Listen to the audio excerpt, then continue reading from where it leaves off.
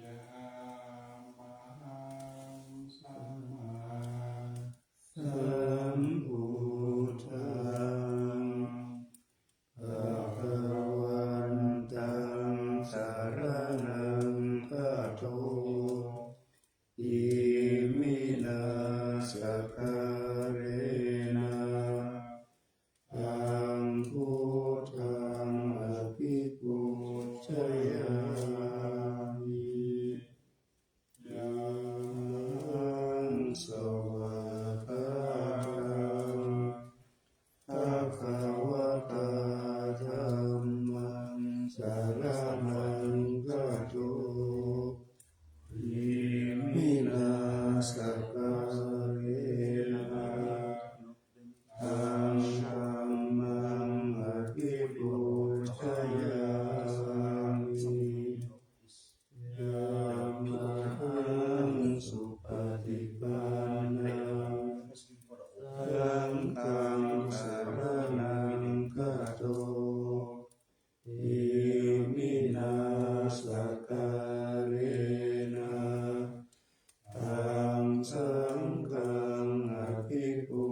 ชฌามิอะระหังสัมมาสัมพุทโธภะคะวะพุทธังภะคะวันตังอะภิวาเท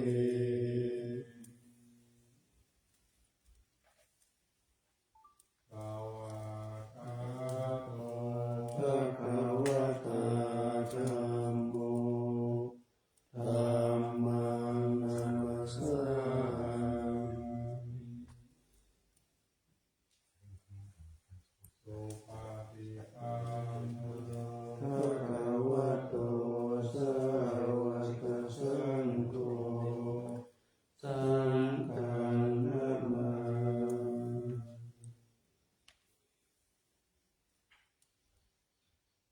อะนะมะยังพุทธัสสะภะคะวะโต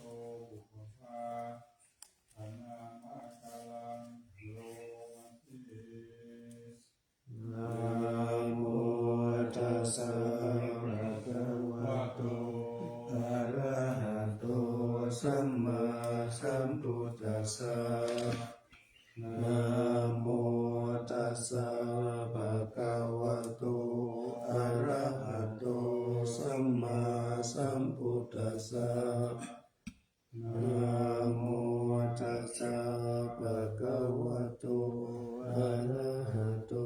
สัมมาสัมพุทธัสสะอัมนามยังพุทธาภิกขุติงอโนมัสสิโยโสตถาคโตอะระหังสัมมาสัมพุทโธวิชาจารณะสัมปันโนสุขโตโลกวิทูอนุตตโรปุริสธรรมสรติสัทธาเทวมนุสสานังพุทโธภคะวะโยอิมังโลกังสัพเพพุทธังสมารคังสัพพะมะกัง สัสสะมานะพระมานิปัจจังสัตเทวมนุสังสยังอภิญญาสัจจิตตวะภเวเทสิโยธัมมังเตเสสิอาทิกันลายานังวัจเจกันลายานังปริโยสนะกันลายานังสัทธังสัพพยัญชนะเกวะละปะริปุณังปะริสุทธังธัมมัจจริยังปักขเสสิธัมมังภัตตวันตังอภิปูชยามิธัมมังภัตตวันตังสิรสานามามิ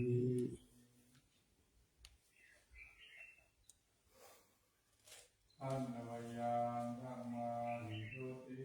กะโลมาเสโยโสสวากขาโตภะคะวะตาธัมโมสันทิติโกอะกาลิโกเอหิปัสสิโกโอปัญญิโกปัจจตังเวทิตาโพวินยูหิธัมมังธัมมังอภิปูชยามิธัมมังธัมมังทิรสานามามิอันนวยังสังฆาริทุติกะโลมาเสโยโสสุปฏิปันโนภะคะวะโตสาวกสังโฆโอจุปฏิปันโนภะคะวะโตสาวกสังโฆยายะปฏิปันโนภะคะวะโตสาวกสังโฆสามีจิปฏิปันโนภะคะวะโตสาวกสังโฆยะทิทังจัตตาริปุริสายุคานิอัตตปุริสบุคลา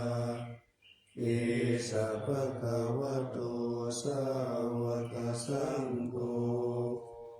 อาหุนายโยปาหุนายโยทักขินายโยอัญชลีกรณิโยอนุตตรังปุญญเกตังโลกัสสะธัมมังสังฆังอภิปูชยามิธัมมังสังฆังเสรสานามามิ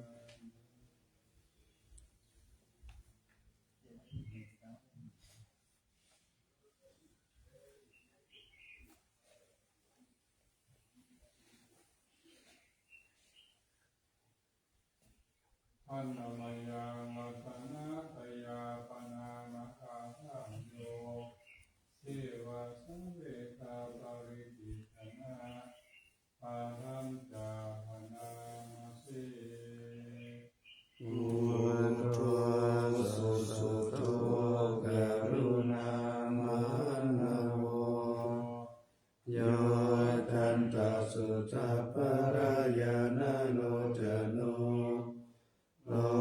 กัสสะภะปุปะกิเลสกะตะโก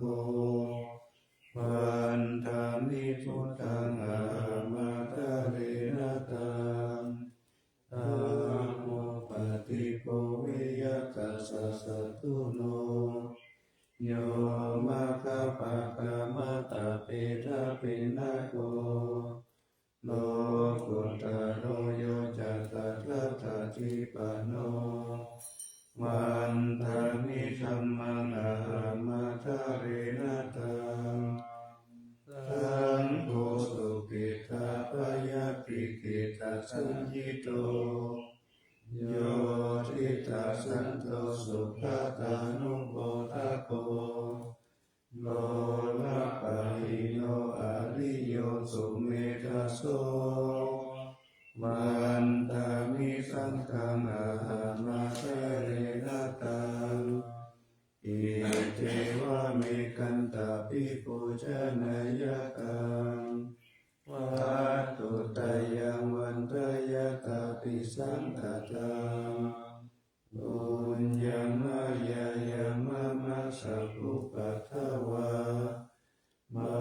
หนตุเวตัสสะปะภาวะสิทธิยาอิ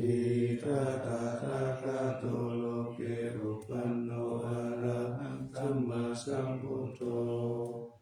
ธัมโมจะเทสิโตนิยานิโกอุปัสสมิโกปะรินิพพานิโกสัมโพธิคามิสุขตปะเวทิโยมายันตังธัมมังสุตตวะเอวังชนะมาตาติปิทุกขาชาลาปิทุกขมารณังปิทุกขังโตกะปาริเทวะโตกะตุมานะสุปยัสสะปิทุกขังอาปิเยหิสัมปโยโคตุโคปิเยหิวิปโยโคตุโคยัมปิจานาราคะติตัมปิทุกขังตังปิเตนะปัจจุปัฏฐานะขันธาทุกขาสยติตังรูปุปาทานะขันโตเวทานุปาทานะขันโตสัญญูปาทานะขันโตสังขารุปาทานะขันโตวิญญาณุปาทานะขันโตเยสัมปริญญายาตารมนุสภาวะเอวังพระหุนัสสวะเกวิเนติเอวังภะคะจะปะนะสะภะคะวะโตสาวะเกสุอนุสาสนีภาหุลาภวะตติรูปังอนิจจังเวทนาอนิจจาสัญญาอนิจจาสังขารอนิจจาวิญญาณังอนิจจังรูปังอนัตตาเวทนาอนัตตาสัญญาอนัตตาสังขารอนัตตาวิญญาณังอนัตตาสัพเพสังขาราอนิจจาสัพเพธัมมาอนัตตาติเตมะยังโอตินนามะหัจจติยาชาลามะลังเกนะโสเกหิปาริเทเวหิทุเกหิโตมานัสเสหิอุปายาเสหิทุกขตินนาทุกขปาริกาอาเทวะนามิมัสสะเทวะมัสสะทุกขตันตังสะอันตกิริยานัญญาเยธาติอิระภะริมิพุทธังปิตังภะคะวันตังมุทิตาพุทธังสัทธาคาราสัมมาอานาคาติยังปะปะทิตาดัสสมิภะคะวะติพระมัจจริยังจารามาภิกขุนาภิกขัสสะชีวะสัมมาปันนาธัมโมพระมัจจริยังอิมัสสะเกวะรัสสะทุกขังขังขังขังอันตกิริยาส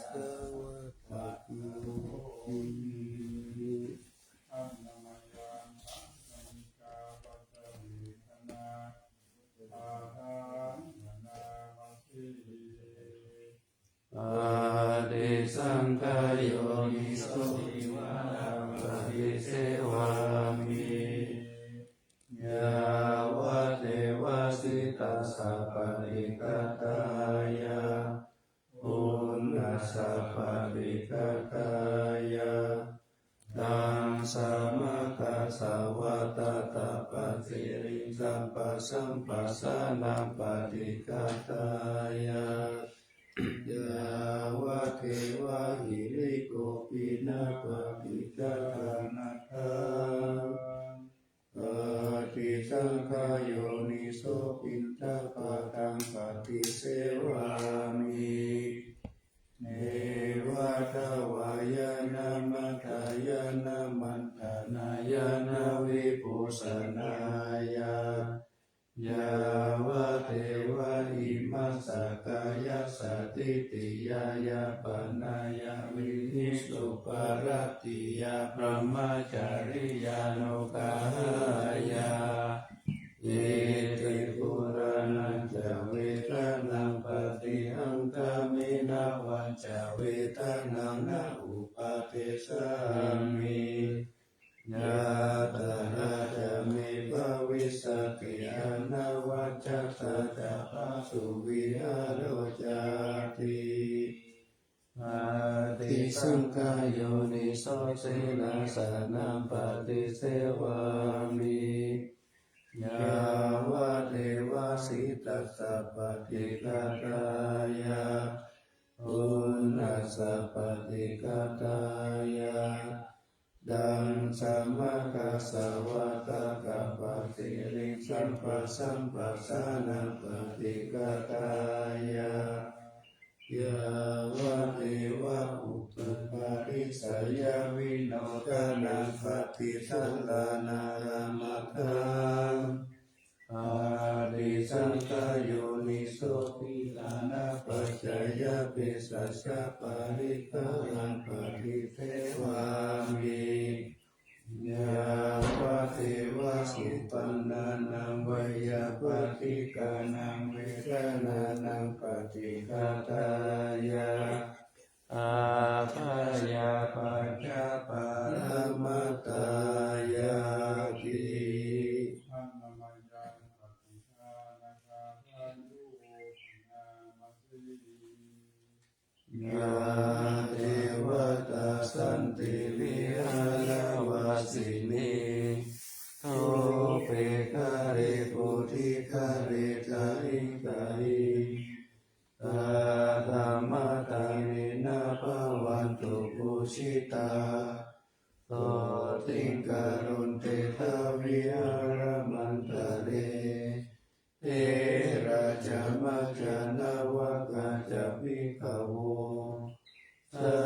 รามิกาตานาปฏิโลปัสสกาธรรมาจเทสานิกามาจอิสระสัพพานาภูตาสุขิตาภวันตุเตจาลาภูจาเยปิจาอัตตสัมภวาสังเสทชาตาจารุปปาลิกานิยานิกังธรรมวรังปฏิจจเตสัพเพปิทุกขัสสะการุณตุสังขยังอาตุจิรังสัตตังธัมโมธัมมัตตราจะปุคลาสังโฆตุสัมมาโควะอัฏฐายะจาหิตายะจาธัมเมระคาตุสัทธัมโมสัพเพปิธัมมัจจาริโนพุทธิสัมปะปุณณยามะธัมเมอริยปเวทิเตอาสันนาหุตุสัพเพติอานิโนพุทธัสสะสะเนสัมมาการังภเวจันโตกาเลเทโวภวัสสตุพุทธิภาวายะสัทธานังสมิธังเมตุเมฆานิมาตาปิตาจะอัตราจังนิจารักขันติปุตตะกังเอวังตังเมนะราชานุปั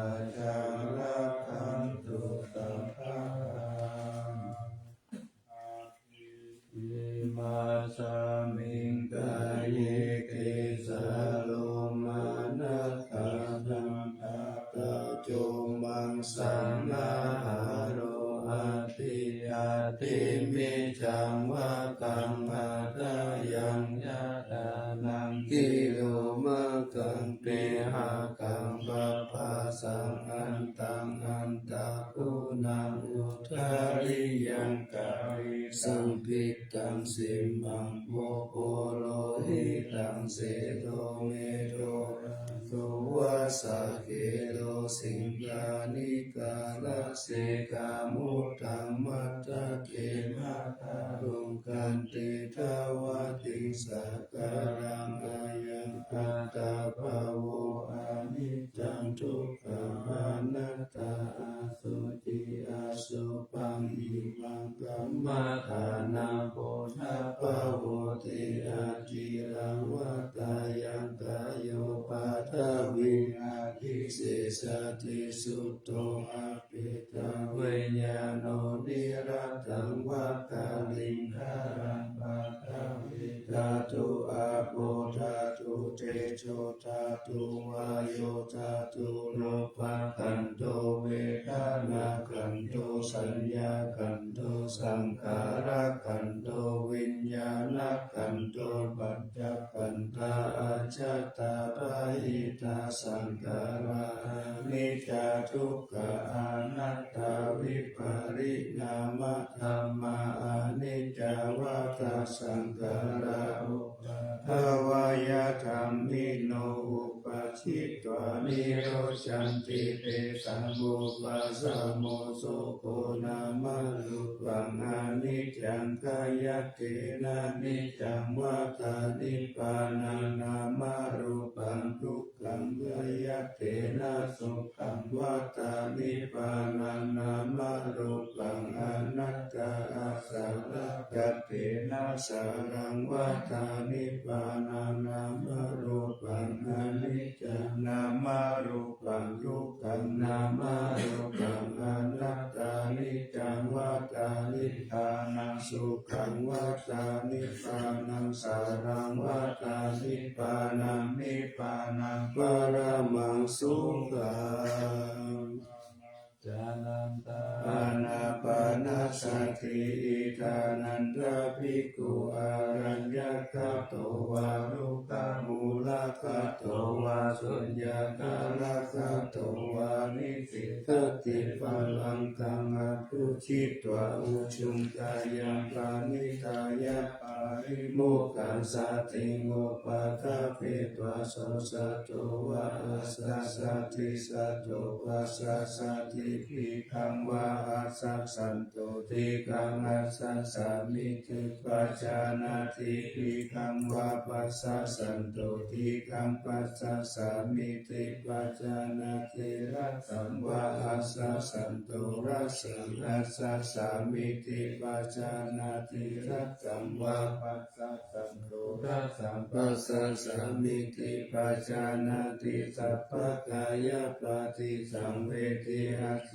สิสามิปิสิกขิสัพพกายปฏิสังเวทิปัสสสิสามิติสิกขิปัสสัมปะยังกายสังขารังอัสสสิสามิติสิกขิปัสสัมปะยังกายสังขารังปัสสสิสามิติสิกขิปิติปฏิสังเวทิอัสสสิสามิติสิกขิปิติปฏิสังเวทิปัสสสิสามิติสิกขิสุขปฏิสังเวทิอัสสสิสามิติสิกขิสุขปฏิสังเวทิปัสสสิสามิติสิกขิจิตตสังขารปฏิสังเวทิอัสสสิสามิติสิกขิจิตตสังขารปฏิสังเวทิปัสสสิสามิติสิกขิปัสสัมปะยังจิตตสังขา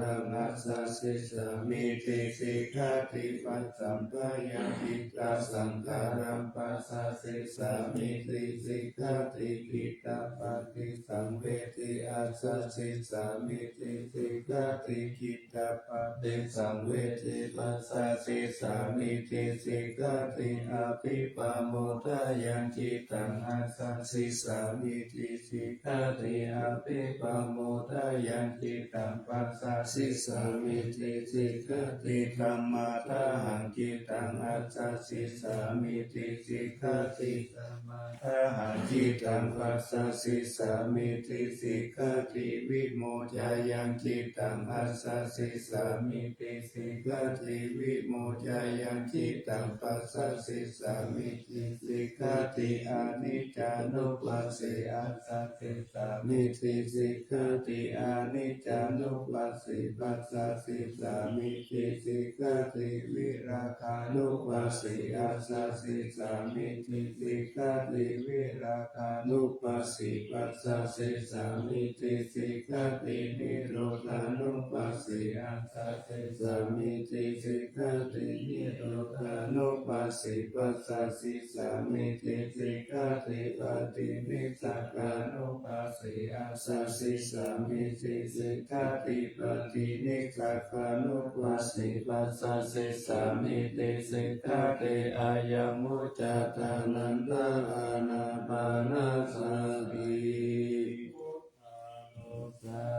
เมตตาจาอาสุปัมมารานัสสติอิติมาจตุรารัตถาภิกขุภาวายาศิลาวะอานันตวิตารตุนังคุณะโตนุสารังมุนิภาวายาปุติมาภิกขุพุทธานุสติมาทิโตสวาสเนกิเลสิโสเอโกสัพเพมิกาติยะอาหุสุสุทัสสันตาโนปุจานันจะสัจจาระโหสัพพะกาลกะเตธัมเมทัพพิสัมมาสายมุนิสัพพะกาเรนะปุจิตวะเอโกสัมปัญญุตังคาโตวิปัสสนาทิวิชาหิสีลาทิจารเนจัสสุสมิเตตังปันโนกะกะนาปิหินายะโตสัมมาคาโตสุปันธานังอะโมกาวาจาโนจัสโสทิวิคัสสะพิโลกัสสะยะตะนิรวาเสสะโตอเนเกหิปุโนเก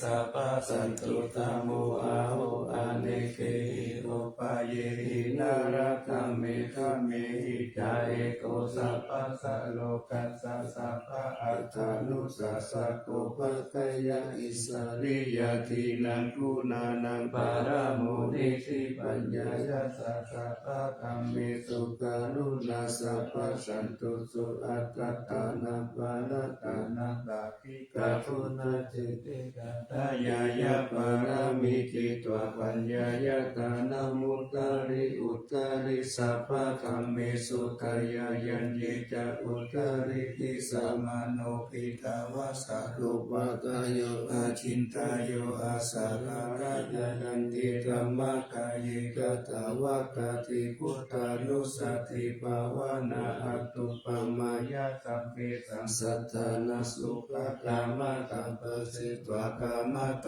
เมตัสสะปะสันติสุภาวะเยสุขิภาวายานิโตโคอาหังนิจังอาหังวิยาหิลาชะเมสุขิหนตุมัจจตาจัตตาเวริโนอิมังเมฆะมะเสสัมมิสัตตาหนตุสุขิสัตตาตะโตปารัญจาระเจโตจักขวาเรสุฉันตุโนสัมมันตาจักขวาเรสุตันตานันเตสุปานิโนสุขิโนอุคลาปุตตะอัตตะภวะกตะเกยุนักขาลิจิภูมาเจวะอาริยานาริยาปิจเทวานาราอัปปายตา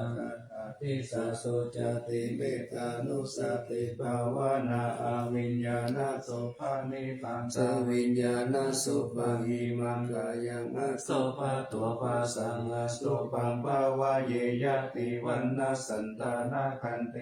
อาสยโยกะละตะโตตัตตะปฏิปุรานิกายเยเมกุณะปะทิทาวิโสลาสะปะเดตัมหะภิกขุณะปะเสกุสังกายานิสิตา สังฆทาโรหิอาสุจิตัสสะกายเมกุณาเตติตังกิมเหติมิวะคายุยังอาสุจิมิตาโมติโตอันโตอาสุจิสัมปันโนปุณณวัจจกุติวิยะอาสุจิสันทเตนิจัญญาธามิตรกถานิกานานาคิมิวะภูลาวะโสภะจันทานิกาวิยะคันธาปุโตโรกะปุโตวันนาปุโตสัมโมสายโยอาเตติโชติเชกุโสปะตินาคุณะโภปะโมติอาสุปานุสติภาวนาวัตติปัสสุญญายาสายุสันตติยาพยังปารุปมายาสัมปัสสัมภาวะเยมาร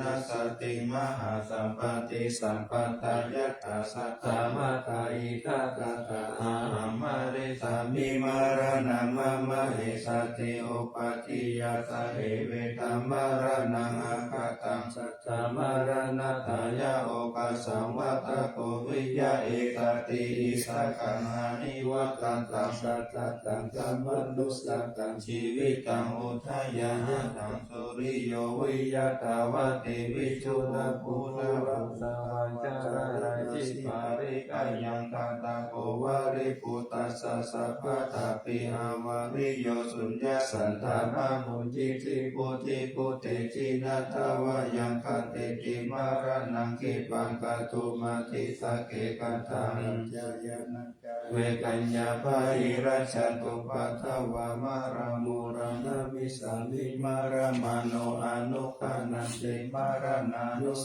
ติภาวนาภเวตาจันตุรารักขาอวัชยานันตารังมหาสัมเวควัตโตนิอัตตาอติตาวิริโยชาติชาราภยาติจุติอาภายาหติตาอปัตตะกาวตาทุกขังอิตานิอาหาราคะเวเสทุกขังสัมเวควัตโตนิอิมานิอัตตาปัตโตจัสสยามปิเทวะอิมังวิติโยอาเสวะเตสัตตะนังภาริกาติลาติปัปโปติสิวิปุลังกาอาปาริปันโทเสตาสุขามุนิวัสสตัมมัตตสุขินาตินามามิพุทธังพุทธสังฆารันตังสัตตาสัตตาหุนตุสุขิหาเวรากายโยชิกัญโยสกาโลทุปันโตอัสสันติสัพเพมารานังอาหันจานามามิสัมมามุนิราชาเทสิตังสัตตาสัตตาหุนตุสุขิหาเว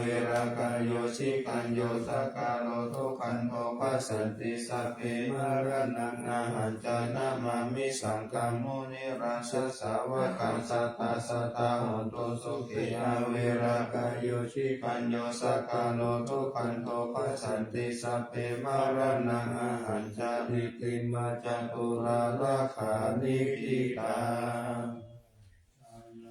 อนาคตพุทธาเจตวามารังสาวา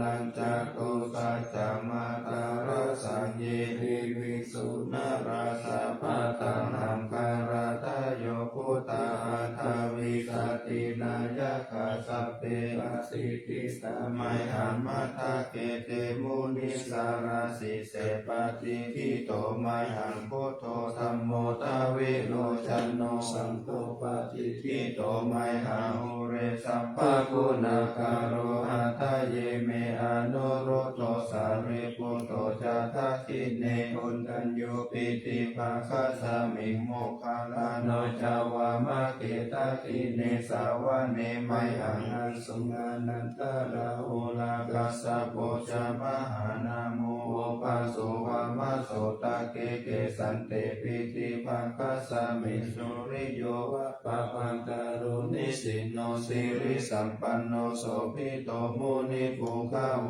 กุมาราคัสสะโพเยโรอิสิจิตวาทโกโสมัยหังวัฏเนนิจัมปติตัสสิกุณาคารโรปุณโนอังคุลิมาโลจาอุปาลินันทสิวะลิอิเมปัญจมหาเถรานาราเตติลากามะมะเสสะสิติมหาเถราจิตาวันตาสิโนรัสสะชาลันตาเวระเตสินะอังคมังเกสุสันติตารัตนาปุระโตอาเสทกิเนเมตตาโสทกา ทัจกัมปัชโตอาเสวะเมอังคุลิมาลากังขันธโมระปาริตัญจาตานาติยสุตกังอาคาเสชันตนังอาสิเสสะปะการะสันติตาชินานาภาลสัญยุเตธัมมะปะการะลังกาเตวะสตุเมสกิเจนะสัมมาสัมพุทธปัญจเรวตาปิตาทิสัจจตาหิรัชตุปัฏฐวะอาเสสาวินายัมยันตุอนันตาคุณเตชะสาสินาปัญชารมัสสมิวิหารันตมหิตาเลสัทธาปาเลตุมัสสะเปเตมหาปุริสาสภาอิเจวะเมกะโตระโขสุระโขโพธานุภาเวนะชิตุปัฏฐาโวธัมมานุภาเวนะชิตานิสังโฆสังฆานุภาเวนะชิตันตารายโยจารามิธัมมานุภาวะปาลิโตติชยปัญจระปันนารสาคาตานิกิตาอินทชาตาเทวชาตาพระมชาตามหาพระมชาตาอิสิชาตามหาอิสิชาตามุนีชาตามหามุนีชาตาปุริสชาตามหาปุริสชาตาจักรวัติชาตามหาจักรวัติชาตาพุทธชาตาปัจเจกพุทธชาตาอรหันต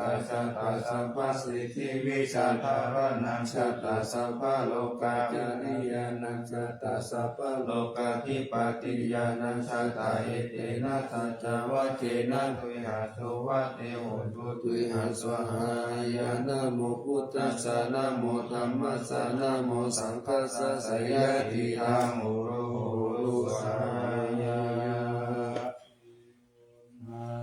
วิชโยธัมโมโลเกอนุตตโรสัมภัสสตาหิกาตายะตังภวังกันนาหิเทวะเตปาริวะเจราชะตันเตอามานุเสหิปาวะเกภายะเกนะเกวิเศตุเตอาคาลามารเนนะวาสัมภัสสะมามารณามุตโตทาเปตวะคาลามาริตังกัสเสวะอนุภาเวนะหุนโตเทโวสุขิสัตตาสุตตัสสิลังสัมมาทายะธัมมังสุจาริตังจาเรตัสเสวะอนุภาเวนะหุนโตเทโวสุขิสัตตาวิกิตังจิตติตังโพชังทารนังวาจานังคารุงภาเรสังเกสานังสุตวะกัสสะอายุปาวะกติสังกัตตวะพุทธรัตนาโอสัตตาหุตมังวารังอิตังเมวะมนุสานังพุทธเตเชนะสุทินานัสสันโตปะคะวาสัพเพทุกขาวุปัสสะเมตุเตสังกัตตวะธัมมรัตานังโอสัตตาหุตมังวารังภาริราหุปัสสะมานังธัมมะเตเชนะสุทินานัสสันโตปัฏฐวาสัพเพพยาวุปัสสะเมตุเตสังกัตตวะสังฆรัตนาโอสัตตาหุตมังวารังนายปาหุนายสังฆเตเชนะโสตินานาสันตุปัฏฐวาสัพเพโรคาอุปัสสะเมโตเตสัจจเทวมนุสสานังกาตุกังติติกาลสังอัมพิลาวันเจวะสัพพะยาติวินาสันตุเอกาทาวิติจตุปัญจจักกะตินังกตายาวะทุกขาวินาสันตุชีวิตานังทัตันตุเตชีวิตานังทัตันตัสสะอายุวันนาสุขังภาลังชีวิตานานุภาเวนะหุนตุเทโวสุขิสัทธาชีวิตานังจายโยทัตวะโอสัตตังอุตตมังวะรังสารีรังทุกขานาเสติเภสัจจันทานามุตตมังตัสสมาการยะกัลลายานังนิจายังสัมปารายานังปุญญานิปาลโลกัสสมิปาติทาหุติปานินาอิมินาชีวิตานินาตุมหกังกิภาวิสติกายุกสัตตาหุนตุสุขิตาหุนตุสัพพะทาโยโสทัตติสักกัจจังสีลาวันเตสุตติสุนานาทานังวารังทัตวชีวิตานามหาภาลังเอวังมหิติกาเอสายติตังปุญญาสัมปะทาตัสสมาธิราภัสสังสันติปฏิตาตตะปุญญาตันติอันติอุหังสาเวชโยนิทิโตสารา สมาปินิมิสาสาวุตังตังกรีเมฆารังโอทิตาโคราสเสนามารังกานาติกามาวิตินาสิตาวามุนินโตตันเตจัสสะภวันโตเตชะยามังคลานิมาราติเรกามาปิโยทิตาสัพพะรติโกรังปานาลาวะกามะคามะตาตายังกังขันติโสทันตาวิตินาจิตาวามุนินโตตันเตจัสสะภวันโตเตชะยามังคลานินาราติริงคาชาวารังอติอัตตาภูตตาวะกิจกรรมสานิวาสุตารุนันตัมเมตังภูเสกาวิทินาสิตาวามุนินโตตันเตชะสาวาวันโตเตชะยามังคลานิโอเกตากะกัมมติหันตสุตารุนันตังตาวันติโยชนะปัตตังกุลิมาลาวันตาอิติปิสังกตามโนสิตาวามุนินโตตันเตชะสาวาวันโตเตชะยามังคลานิกัตตวนากัตตามุตารามิวะคพินิยาจินจายาทุกขวัตนังชนะกายามัสสิสันเตนะโสมาวิธินาชิตาวามุนินโตตันเตชะสาวาวันโตเตชะยามังคลานิสัจจังวิทายามติสัจจกาวะทักขิตุวะทาปิโรปิตามนังอติอัตถภูตาปัญญาปฏิปัจจาริโตชิตาวามุนินโตตันเตชะสาวาวันโตเตชะยามังคลานินันโตปานันทะปุจจคังวิปุตตามาหิติปุเตนะเถระปุจจเกนะกัมมาวายโตอิโตปาติสาวิตินาจิตาวามุนินโตตันเตชะสาวาวันโตเตชะยามังคลานิตุกขาทิติปุจจเกนะสุตตาตัมพระมังวิสุทธิจุติวิธิภาคาภิตานัญญาณสเตนะวิธินาจิตาวามุนินโตตันเตชะสาวาวันโตเตชะยามังคลานิเอตาปิพุทธะชยมังคลาอัตถะกัจจโยวัจจโนทินาทิเนสารเทมตันติหิตวนาเนกวิเวจานิจุปัตตวานิโมขันสุขังอธิกามายานาโรสัพพโยมหาการุณิโตนะโตหิตายะสัพพปารินังโพเรนวาปารามิชาปะปะโตสัมโพธิมุตตะมังเอเตนะสัจจวัชเชนะหุตุเตชะยามังคลังสยันโตโพธิยามุเลสัตายานังนันเทวตาโนเอวังตาวังวิชโยโหหิชยาสุชยามังคเลอาปาราสิตาปาลังเกติเสปะตาวิโปภาเลอาเปเสเกสัพพะพุทธานังอาคาปะโต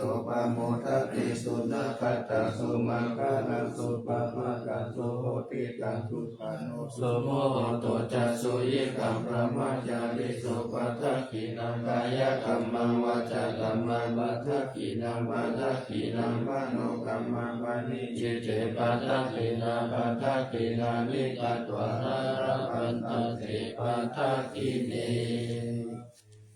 เทวานิกายาสัพเพนานันตาวันนิโนนามาวันเยนะอาคันชุงเยกันเยสัตติสัสสะปะวุตตาจติมาขีลังโลกาตินามานาสาวันทะเขโมกะตารังนาคังกันตังวะอาติตาติตังโสปรมาปะกามะโตกะปุตตะอิทิมาโตสาหัสนังโกมาโรติโสโสปะคะสมิติวานาสาหัสสะพระมาโลกานามหาพระมาอิติตาเตอุปันโนชุติมโนปิสามาคายโยยาสาสิโสทาเสสาอิสาระอาคูปัจเจกาวาสาวะสีโนเตสัจจามัจจโตอาคาหาริโตปาริวาริโตเตจัสสะเปอภิกันเตสันเตเตเวสัพพะมะเขมาราเสนาอภิกัมมิปัสสะกันหา สัมมาทิยาเอตาคันหาตาปันตาตาระเกนะปันตามาตุโวสามันตาปาริวาเรตามาวมุจิตาโกจินังอิติกาตามหาสิโนกันนาสินังอเปจายิปานินาตาละมหันจัสสารังกัตตวนาเทระวายาตาปาวุสะโกเมโกตานายันโตสามิจุโกตัสสุปยุตตะวุติสังกุโตอาสายังวะเสตัญจานาปังนาวิญญาญาวะวะเกตวานาจัมปุมาตาโตอามันตายิสัตตาสาวะเกสัสนิระเตมาราเสนาภิกันตาเตวิชานาตาภิกาโมเตจาอัตตปะมะตันลุสุตตะพุทธสัสสะนาวิตาราเกปังกามุเนสังโลมังเตอิสายุสัพเพวิจิตาสังฆมายัตติกายาสาสิโนตันติสหปุเตหิสาวกาเตชานิสุตาเตมหาสัมมายาสุเตจาอัตโตมังคาราสุตาเกสัมมาจิเตราหุโลวาเทธัมมาจาเกปารังคาเวเทวตาสมิติกาตาปมายาอนาปากาธัมมาภิสัมมาโยเจตาปันนานันโตอาสัมขโยติอุตานิสัมมาคาตานิภูมานิวายานิวะอันตาเลเกสัพเพวะปุตตสุมาณะภาวันโตอะตุปิสักขะจาสุนันโตภาสิตังสุภาสิตังกินจิปิโมภาเนมุปุญเยสัตตุปัฏฐกาลังอปะปังกัมมุปฏิสังอนุกาลัตตนังตัสสะมาหิปุตตานิสัมมิตุสัพเพเมตังการโรธรรมนุสิยาปัสสายาปุเตสุภาลาหังกาตาภัตติกายาติวาจารตุจารันติเยภาเลปัจจุปการังอภิกังขมานาเตโกมนุสสตานุกานุภาวะปุตตาวิเศษนามาหิจิกาจาติสัมมานามนุเสยยะตัตตะสัมมาหิเนระคาตาอัปปามาตาญาตาโหมิมัสสะลาสามหาสาเลอุเนสุริยสันตเปสะเลโอทะกังกิยาตาตาโตกังกาจักิชาจากังกาโอลาลาเสนะกาวะคายันติทิวาลติมัสสิอุปาณิสิทิยะเอวังจิตเตสหัตตะสหายติหิปิติโตเกนะนุโภอุปาเยนะยติทุกขามโมจเยวิตาหิตานัมมัตตังกัจจังหัสสะสัมมาสยังสจิตตถวะปโมทิสิยตินังกังหาทิกายะอนุสาริตวสัตตังธัมมังปารมัตถังวิจิตายังอักสิสัจจกิริยังโลเกตุวะมัสสัตตังยะโตสารามิอาตานังยะโตปะโตสามิวิโยตังอภิสานามิสันติจาเอกปะนังวิหิงสิตาเอเตนะสัจจาวะเชนะปัจจุโนอภิวาสตุอภิธานัญญาปัจจุนานิติกาปัสสนัสสยกะตังโสกายาราเชหิมัสเสโสกะปะโมจายาสหัคกติสัพพะวริกจุโนอภิวัติยาตาลังมินันจะปุริโตทะเนนะอภิวัสตาเอวะโลกัสสัจจวะนันตตวะวิริยมุตตัมมังวัสสะเปสิมหาเมกังสัจจเตสะภาราสิโตสัจเจนะเมสะโมนะเตเอสะเมสัจจภารามิติอุปโตสุขัสสะธัมมะเทศนาสุขัสสังฆัสสะสามัคคีสัมมาคานังตะโพสุโภคัตติโยสิตุสนิตัสสะมิเยโกตปฏิชาจิโนวิชาจารณะสัมปันโนโสเสโตเทวมนุเสทิวัตปฏิอาทิตโยรัตติมาภาสิจันติมาสันนัตโตกัตติโยตปฏิชายิตปฏิปะมโนอัตตสัพพะมโหรัตตังพุทโตตัปปติเตชะสายาปารมาราภาสันตุติปารมังทานังวิสัสสะปารมายาตินิพพานังปารมังสุขัง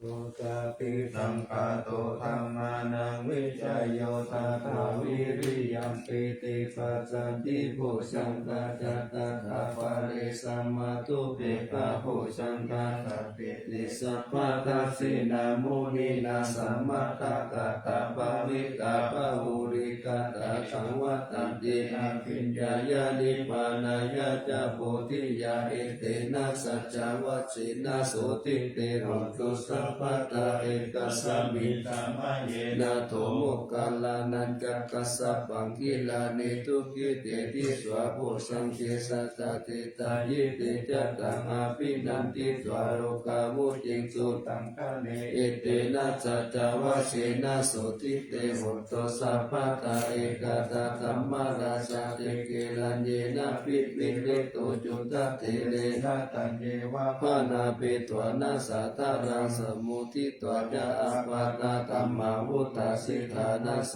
เอเตนะสัจจวัชชินาโสติเตโหตุสัพพะตาปะหินาเตจะอาปาตาตินันนัมปิมาเอสินามะกาตาเกลิสาวะปะตาโลปะติธรรมะกังอิเตนะสัจจวัชชินาโสติเตโหตุสัพพะตาลัตตานัตตยานุภาเวนะรัตตานัตตยติจัสสาวสิตาติกิยาวัสาราชปิตานารินติราอโลกาปัจจหุตุนิโตกานิโลปัตตาวาติกายุกาปัลลสัมปันนาวันโนเวดาสุเกติตาเอเตนะสัจจวัชเชนะสุติตัสสะโหตุสัพพะทา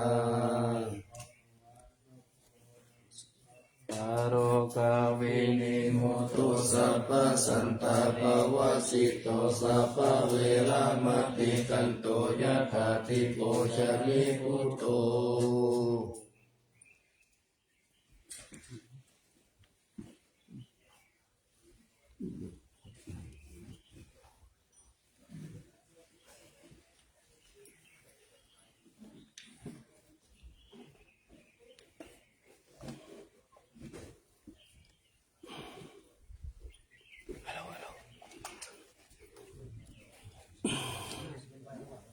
ฮัลโหล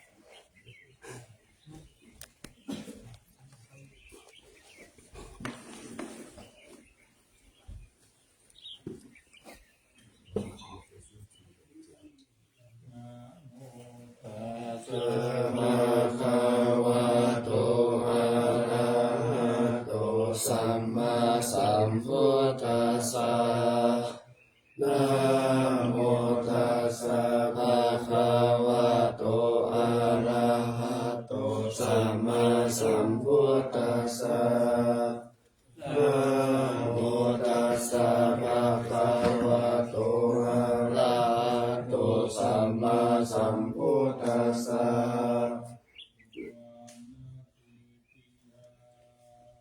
เอสาวาระ